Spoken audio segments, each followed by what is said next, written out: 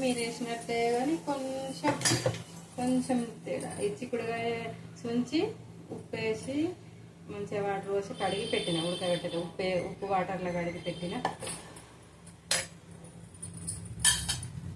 ఏంటంటే మెంతి పొడి వేయడం వల్ల చిక్కుడుకాయ టేస్ట్ కర్రీ చాలా పెరుగుతుంది. ఒక్కసారి ట్రై చేయాలి. అందుకే తెచ్చుకున్నా. చిక్కుడుకాయ కర్రీ పెట్టడానికి ఇదే రీజన్, మెంతి పొడి వేసి అందుకే బాగుంటుందని.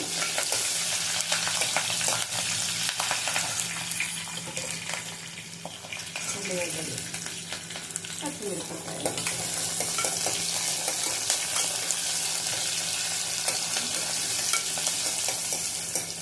చిక్కుడుకాయ ఉడకబెట్టలే కాబట్టి వేసేద్దాం. చిక్కుడుకాయ వేసినాక అల్లం వెల్లిపాయ, పసుపు,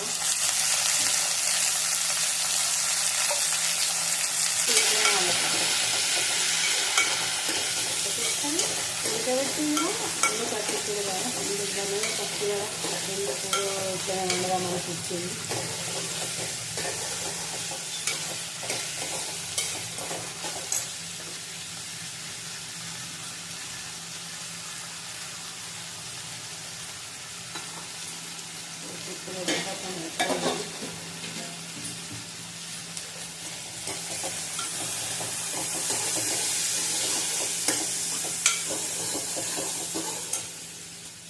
అల్లం వెల్లిపాయ,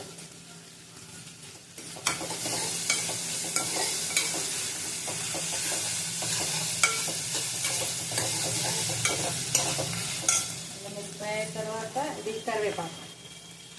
మనకు తెలుసు, ఎందుకంటే తాజాగా అప్పుడే దంచుతారు కాబట్టి ఎప్పుడు టీ గ్లాసులో దంచుతూనే తొందరగా దంగుతుంది కరివేపాకు. ఇక చూడు, ఆకు కూడా బయటకు పోదు. మీరు కూడా ఇట్లా దంచేసుకున్నారు అనుకోండి, మంచి ఎనర్జీ వస్తుంది. కరివేపాకులు ఉన్న ఎనర్జీ మొత్తం వచ్చేస్తుంది ఫ్రెండ్స్.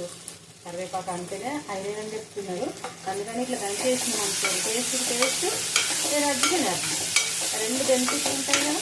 అందుకని ఇట్లా వండి ట్రై చేయాలి.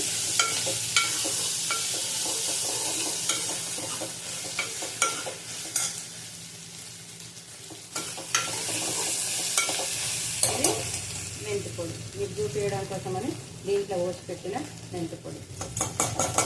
అయ్యో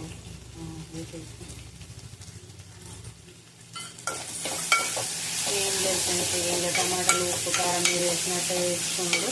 ఉడికిన తర్వాత ఉడికిస్తా ఇంకా స్పెషల్ ఏమి వేసేది ఏమి లేవు. వేసేది చేసిన కదా, కొంచెం వాటర్ పోసి చిన్న మంట పెడతా. టమాటాలు వేసిన, కారం వేసిన, ధనియా పొడి, కొత్తిమీర పొడి ఇంకా కొంచెం